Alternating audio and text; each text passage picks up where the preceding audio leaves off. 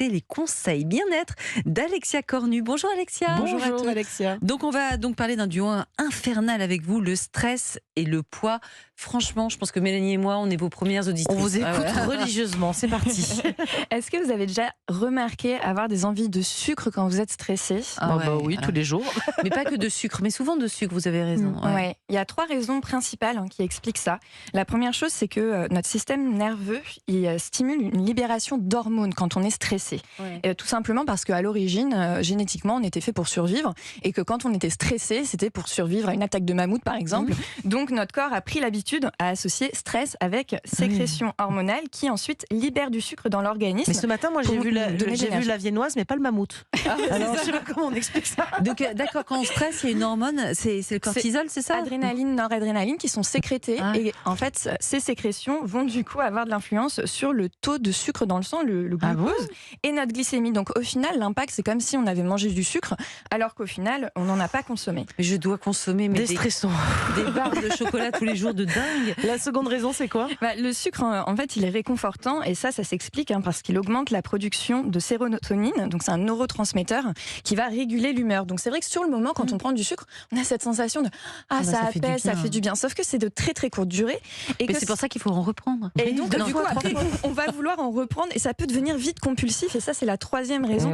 C'est parce que le stress va perturber les signaux de satiété envoyés au corps et on ne ressent plus la faim. On a du mal à s'arrêter de manger à temps.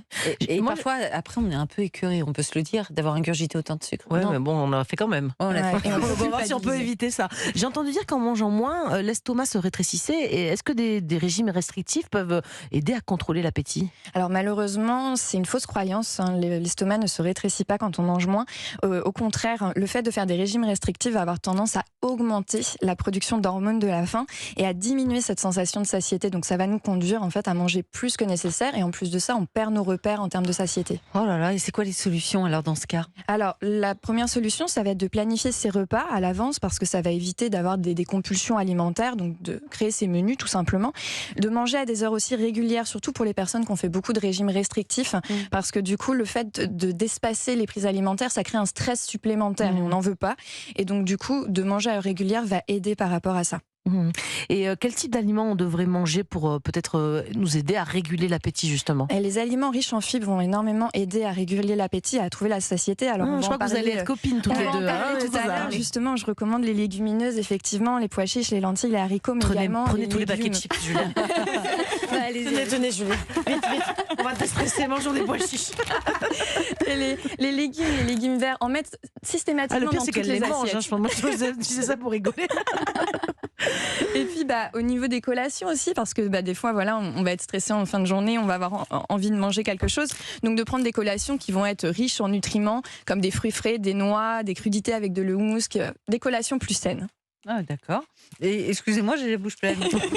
Mélanie, si on a fait des régimes restrictifs, est-ce qu'on n'a plus de sensation de satiété? C'est ça, c'est ce que vous disiez tout à l'heure un peu. Oui, en fait, la satiété va être très importante dans cette gestion justement de l'alimentation et du stress. Et donc j'ai vraiment une astuce pour ça, pour retrouver la satiété quand on l'a perdue. Quand on a très faim, on se dit on pourrait manger n'importe quoi. Oui, n'importe D'accord. quoi. Et donc tout ce qu'on mange est bon quand on a faim. Même un truc où on ne serait pas trop fan à la base.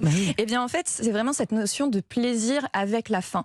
Et à force de manger, en fait, on se rend compte qu'il y a moins de plaisir, moins de faim. Et bien, quand vous avez un peu moins de plaisir, c'est que vous arrivez plus à satiété. Et donc, ça peut être pour les personnes qui ne ressentent plus la satiété, d'essayer de ressentir le plaisir qu'elles ont au début de repas. Et quand ce plaisir diminue, de se dire, OK, on arrive à satiété. Très bien. Merci beaucoup, Alexia, pour ces rappels et toutes ces choses qu'on peut mettre en pratique pour éviter donc stress et kilos superflus.